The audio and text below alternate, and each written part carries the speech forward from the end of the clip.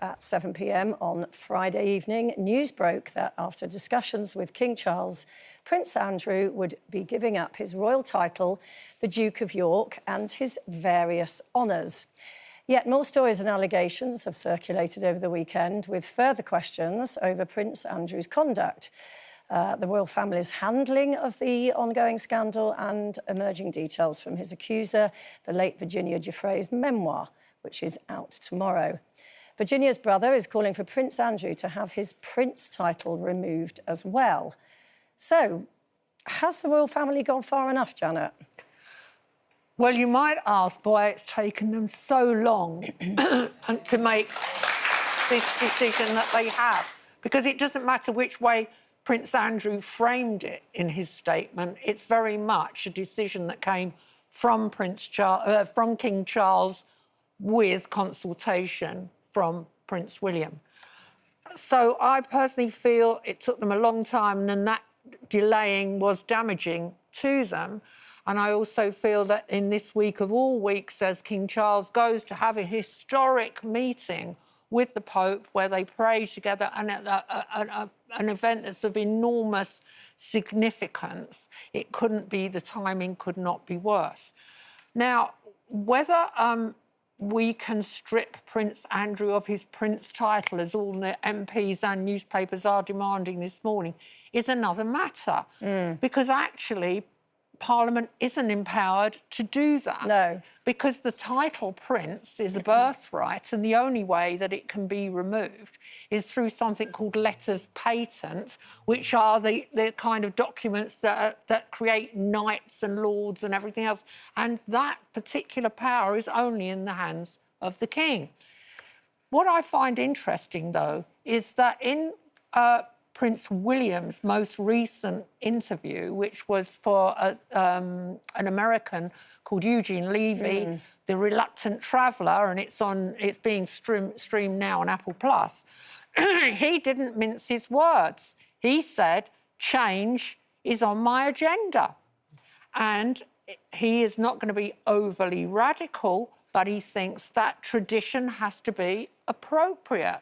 And he is definitely talking about modernising the monarchy. So from that, the fact that he made these comments unprompted, and they've gone out on a network and they're going to go all around the world, and every word he says is completely picked over, I think we can guarantee 100% that if William was king right now, Andrew wouldn't be in Royal Lodge and wouldn't be prince any longer. I mean, we have to point out, obviously, that Prince Andrew continues to deny any wrongdoing, but it's murky, isn't it, Gloria, at best? Well, I have to be honest with you. I mean, just as a member of the public, sometimes I wake up and look at the news and I throw my hands up in horror and think, how much more to come? Because that headline that said scandal with no end, it's just that you can't believe that it's going on and on and on it will go. But I'm taking a slightly different angle. I actually do agree with everything that's been said, that Andrew has to sort of face up to everything that he's done and be charged accordingly. And with the other investigations going on with the police now, we'll have to wait and see the outcome of that.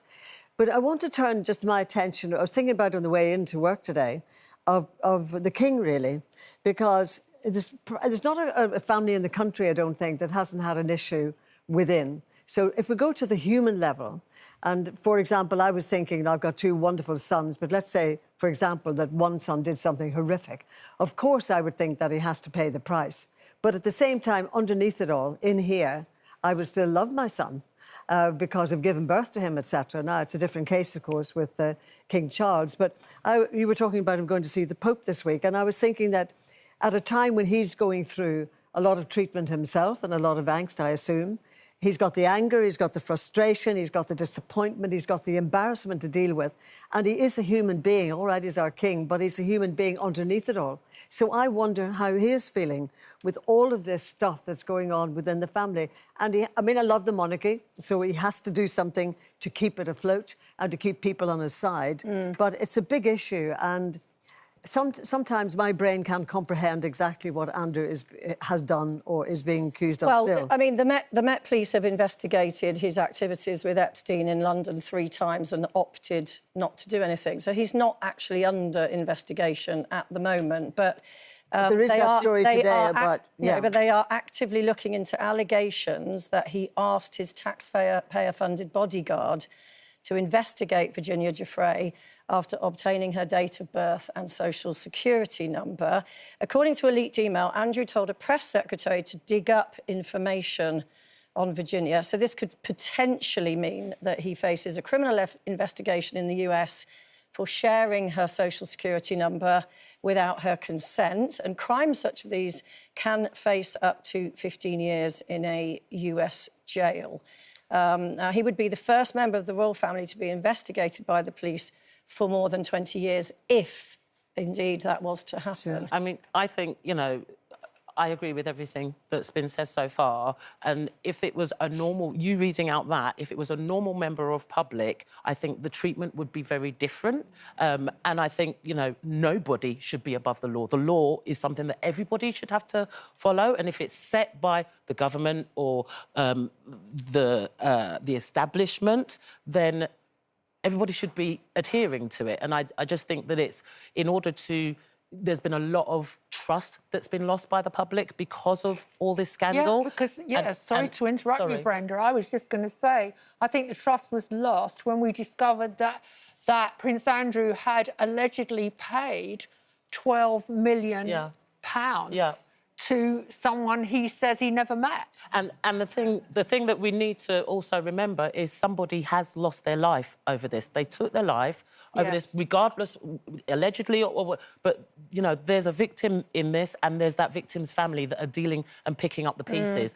And so, you know, I think we just need to... Well, and the other worry is, too, just the lies that are coming out now. Do you know, because some of these emails happened after he told Emily Maitlis, oh, I'd lost all contact with Jeffrey Epstein. We weren't in any contact whatsoever. So where have all these emails come from? I know. Yeah, well, I think they're leaking out of America as part of the ongoing investigation over there. But Virginia Jeffrey's memoir, Nobody's Girl, is out tomorrow, and I feel that that's going to yield... This story is not going away, is it? It's going to go on and on. And Virginia's brother, Sky Roberts, says his family has mixed emotions after Prince Andrew announced he was giving up his titles. He says, we've shed a lot of happy and sad tears today. I think happy because in a lot of ways this vindicates Virginia.